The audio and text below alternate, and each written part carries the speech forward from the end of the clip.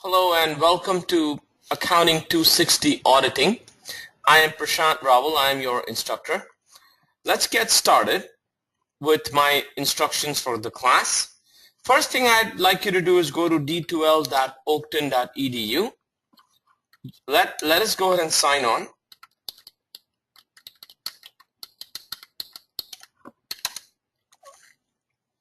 Now, when you do sign on, this is the class you're going to go into. Okay, I'd like you to go into content and let's just go ahead and download this. Okay, and that's your syllabus. Okay, my name is Prashant Rawal, as I indicated. I will be your instructor. I'm a full-time faculty member at Oakton Community College. My office hours for the semester are right here, and so is my office information. I will be teaching this class, and I actually have been teaching this class for the last 5 years now, actually 6 years. The textbook is a custom edition that you will get from the bookstore, the Whittington Penny 19th edition. Sometimes I get the question, can I buy this online? Yeah, but if it is not a custom edition, it will not work because I give you cases in the class, and those cases are in the book that I do use. And those cases will be, it's a part of other assignments, added towards your grade. So you're going to need the 19th edition Whittington Penny book. Okay. In this class, essentially auditing is a test of your judgment. In normal circumstances, auditing is the last class that you would usually take before you're ready to sit for the CPA. Or I would say at least, a class at the later end of your CPA preparation. So in this class, essentially we will have 3 exams, homework quizzes, and cases for a total of 500 points. Now, every week, almost every week, there will be 1 chapter except for the first week. Well, there will be 2 chapters. The reason why there are 2 chapters is because chapter 1 and chapter 2 are 2 small chapters, okay, combined as 1 chapter. It talks about the auditing profession. We really get into the auditing field from chapter 5 onwards. First exam will cover chapters 1, 2, 5, 6, 7. Second exam will cover chapters 10 through 13.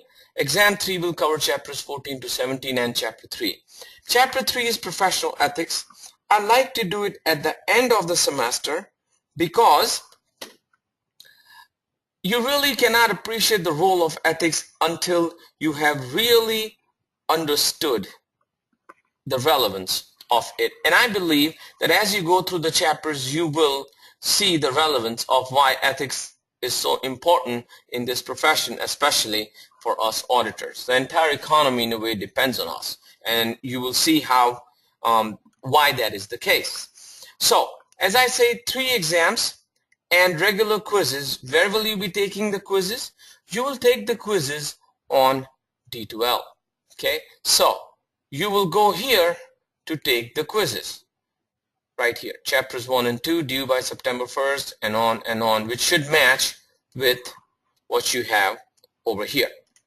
The start date for the quizzes are all August 24th, but there is a due date which is right here. What it means is I will allow you to prepare your own schedule, work at your own schedule when you want to start, but the work has to be submitted by a due date. And the reason for that is you cannot understand chapter 7 until we have gone through chapters 5 and 6. And once you fall behind, it becomes all the more difficult to get caught up. Now, in addition to the textbook, there is a workbook, the class handout packet that you will get from the bookstore. All the work that I will be doing, or all my lectures, will be from the class handout packet. Okay, so where are all the lectures? They are YouTube lectures. If you go into content, section 1, class lectures, all YouTube lectures, PowerPoints, okay, the workbook multiple choice answers. In this handout packet that you're going to buy, there are multiple choice questions, okay, and which you should do. And when you do this multiple choice questions, okay, whether they are right or wrong, you can verify the answers over here. Okay, and then there are also some workbook problems, and I have provided you solutions for those workbook problems. The same in the handout, sometimes you'll see some problems. I have provided you the solutions for those problems as well. In addition to that, I have given you homework solutions. What are these homework solutions? They are solutions for these problems right here. Okay, so you may ask me, are these problems counted towards your grade? No, they're not. The way I know you have done the homework is through my weekly quizzing. Now, the CPA exam covers material which is, right now it's almost 70%, soon to be 80% multiple choice questions, because auditing is a test of your judgment. If you have been in my previous classes, basic levels 153, 154, etc., you know I'm not a very big fan of multiple choice questions, okay, but here the situation is different. You know, to assess your judgment, we cannot do that until you have really understood the material, and the way to test your judgment is to test you through multiple choice questions up to 140 points. Okay, it will be posted on D2L. So I will give you a suggested study pattern that I hope you will follow, because I have been told that those who follow that pattern have done quite well. Okay, so let me start with my suggestions. Now, this is section 1. Okay, same pattern is followed for section 2. And again section 3. Everything has been posted for you. I would hope you simply follow that. Okay, so when I go to section 1, the first thing I would do is I would open up this lecture. I would follow the lecture. Okay, this lecture goes through the handout packet, and as we go step by step, I'm explaining to you. You may, in some cases, you may need to take some notes, okay, but go through this lecture. Once you go through this lecture, immediately underneath the lecture, underneath in the handout packet are multiple choice questions. Without doing anything, based on your understanding of this, I would try them. Okay, here are the answers for that. Okay, once you have, and you can keep the textbook with you while you're doing, while you're trying this. No harm done. I'm not yet asking you to read the chapters, not yet. Okay, once you go through this, you go through the workbook multiple choice questions. At that time, I suggest that you read the chapter once, okay, or you can skim through the PowerPoints first. Many people do that. They skim through the PowerPoints and then right away start working on the homework problems. Don't look at the solutions yet. Again, these problems are not counted towards your grade, but don't look at the solutions yet. First, just do the problems and then look at the solutions. By this time, you have had enough exposure to the material, and I think at that time you should read the chapters. Okay, some people, what they do is after the workbook and reviewing the PowerPoint, they read the chapters and then try the homework. Either way, whichever one works for you is fine, but my suggestion is you should go with this first. Okay, and I'm telling you based on what I have heard from my previous students. As you go through this step by step, the material will become more, it'll make more and more sense. You know, if you just take the textbook and start reading, sometimes it can get boring, because, and I choose my words carefully, this is not a boring class. Okay, accounting is not boring. It is that if you have not really applied yourself and have, you know, developed that curiosity level to understand, then it won't be worth your time. Now let me tell you, after every chapter, usually every chapter there is 4 hours of work, okay, minimum. And I say this very carefully. There are people who read the textbook chapters 2 to 3 times before they completely get it. Look, this is a final CPA level, senior level course. So yes, there is some work involved. There's some understanding that comes into play. So please keep that in mind. Okay, but this is the suggested format for you. And after everything, after you have gained a full understanding, is when you should go and take the quiz. How many attempts on the quiz?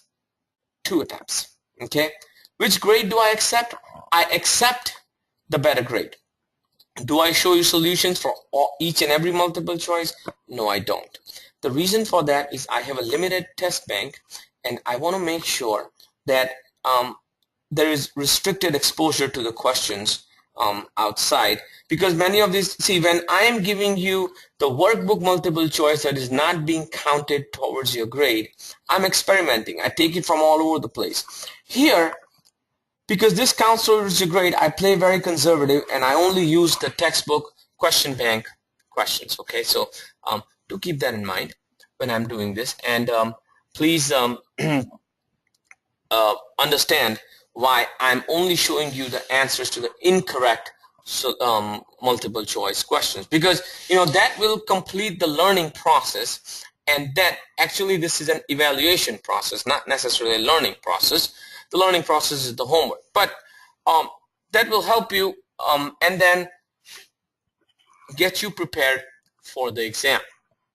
Now, insofar as the quizzes are concerned, 2 attempts on the quizzes, I grade the best attempt, okay, and they add up towards your grade. So the online quizzes, the 140 points are here.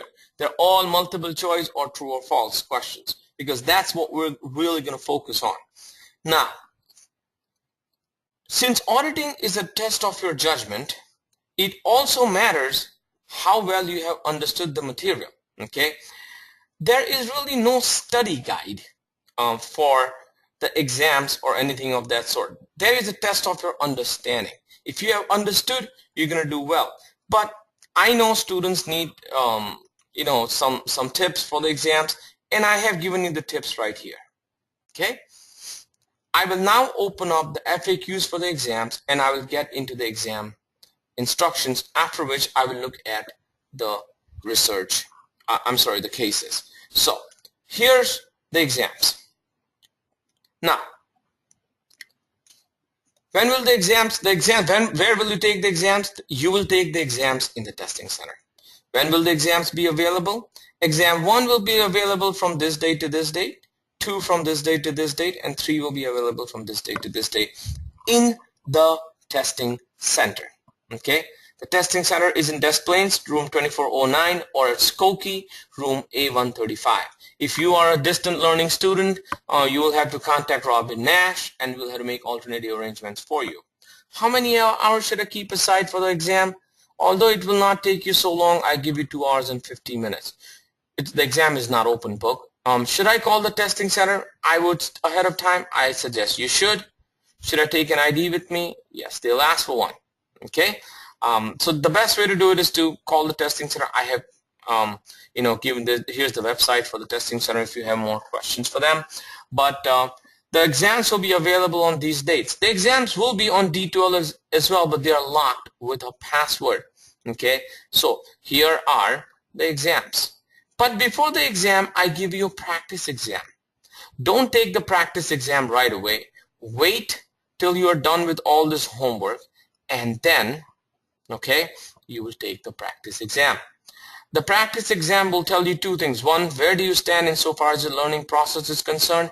It gives you an exposure to the exam, and best thing is it helps you focus. Once you get the results, focus on those areas where you believe you would need more help, or you would need to study more. Okay, now the exam will have 55 questions. Okay, let me show this to you.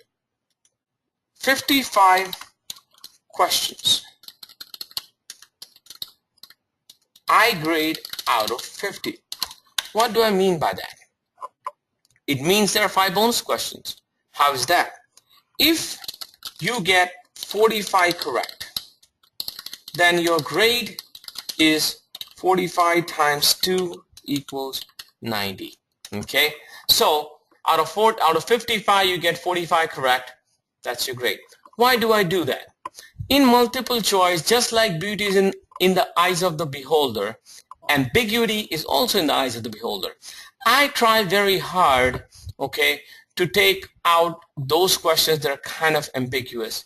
But in spite of my best efforts, it is not possible always for me to know how the data or the information is interpreted by each and every student. So I give you 5 bonus questions so that the ambiguity factor is taken care of, and I am fair with you with the exam. Remember one thing, the CPA exam, 80% multiple choice. And I like to tell my own story. When I sat for the CPA, my instructor had told me that if you know the multiple choice at this level, your communication is good enough where you can develop an idea and write an essay question, because by knowing multiple choice you have the knowledge that you need.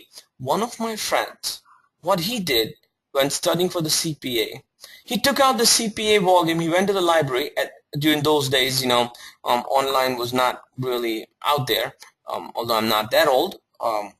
There was online CDs, but he went to the library, he got the Wiley books for the CPA prep, and he went through all the questions 3 times, just the multiple choice questions, and he passed. Okay, so that is how much the multiple choice questions are important. So the exams will be out of 55 multiple choice questions, I'll grade the best 50. But now here's the catch. Sometimes students get full 55 correct. It happens. I try very hard. If you really study in my class, you're going to get the grade. I try very hard to be fair when I choose these questions. There is no extra credit. Look, if you're going to get 55 correct, you don't need an extra credit. You are getting an A. Trust me, because you have enough understanding of the material. The maximum you can get is 100. So please do keep that in mind. Okay. So that's for the exams. Now let's talk about cases. Case 1, case 2, case 3. Are you submitting anything for the case? No. So what are you doing? You're going to take this multiple choice quizzes on the cases. So you may say, well, how do I know? Where do I get the instructions for the cases? Right here. Under content, okay, here are the study guides, case instructions. And then here are the cases. So here's when you open up, it'll tell you the first case, what do you need to do. These cases are in your textbook. It exactly tells you what my expectations are from you, okay, in the cases. And you will simply click and you will study the case. You will just get the case instructions, then you will work on the cases. Case 1 due by the day you take the first exam, case 2 second, and case 3 third exam, okay. Those are the cases. Now, I know that the handout packet, you may not have it right away with you. So chapter 1 and chapter 2, I have already given you the handout, the handouts of chapter 1 and 2. Okay. In addition to that, there are some miscellaneous websites. Statement on Auditing Standards, SASs. The most recent SASs, okay, it goes right in this format. AU section 1, SAS number 1. AU stands for Audit Objective. Okay, and it goes on and on and on until it goes right up to SAS 121, Audit Objective 722. You're not supposed to memorize those SASs neither here nor in the CPA exam, but you sometimes while reading, if you want to get more information, you can come here. In addition to that, okay, here is a nice white paper on internal control. I just posted as an FYI. And the entire Sarbanes-Oxley Act, okay, right here for you. So all this information has been posted on D2L for you. I hope you will take advantage of this. I may post a few more FYIs over here, but insofar as the class is concerned, all the information is right here. One last thing, this is podcast, okay. If I simply hit the password is balanced, all lowercase. Here are some movies. After certain chapters, I'll post information for you. For example, after accounts receivable, I say, why don't you watch this podcast? And then this one, and so on. Okay, like Regina Vacuum Cleaners. So after every chapter, there may be some relevant movies that I'd want you to watch. I'll tell you, but the password, just so that you can write it down, is going to be balance. Oops, all lowercase. B is lowercase. Okay, that will be your password. So that's for watching the podcast. Now, so a quick summary: weekly quizzes, online exams given at the testing center, okay, and cases that you will submit online as well. Nothing else to submit besides that. Like to keep it as simple as possible. Now, this is where, this is where I'll be posting your grades. All the grades will be posted for the first section by the end of the first exam, second section by end of the second exam, third section by end of the third exam. When you take the exam, it's possible the grade may not have been released, or it's possible it may have been released, but I'll release it. Okay, it's also possible that the rule that I told you of 55 questions right away does not show, and it will not show. After the exam, I have to manually change it, which I'll do once. Okay, class instructions. You will communicate, or we will only communicate through D2L. Go to email, okay, and compose, and this is our place for communication. You are my first priority, okay? Sometimes I get so many emails that it is easy to miss a student's email. But once I get an email over here, okay, I never miss any instructions, because the reason for that is that I check my emails here once a day, okay? I'm off on Saturdays and Sundays, but on exam weeks I will check my emails on Saturdays. There should not be any emergencies because I have given you the schedule ahead of time. I promise to get back to you within 24 business hours, okay? So this is our normal place of communication, and as I said, within 24 hours I'll get back to you. So the first thing you need to do, the first thing you're going to have to do is take the syllabus quiz.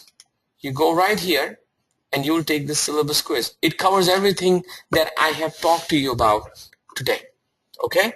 And then quiz chapters 1 and 2 due by September 1st, and on and on. I would buy the books, I would review the lectures, and I would get started.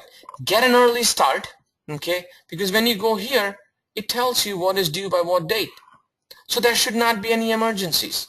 And the exam week, I'm already checking my D2L on Saturdays, okay? So with that said, let's get started. I look forward to an exciting 16-week course. I wish you all the best, and I hope you get the best grade possible. Good luck.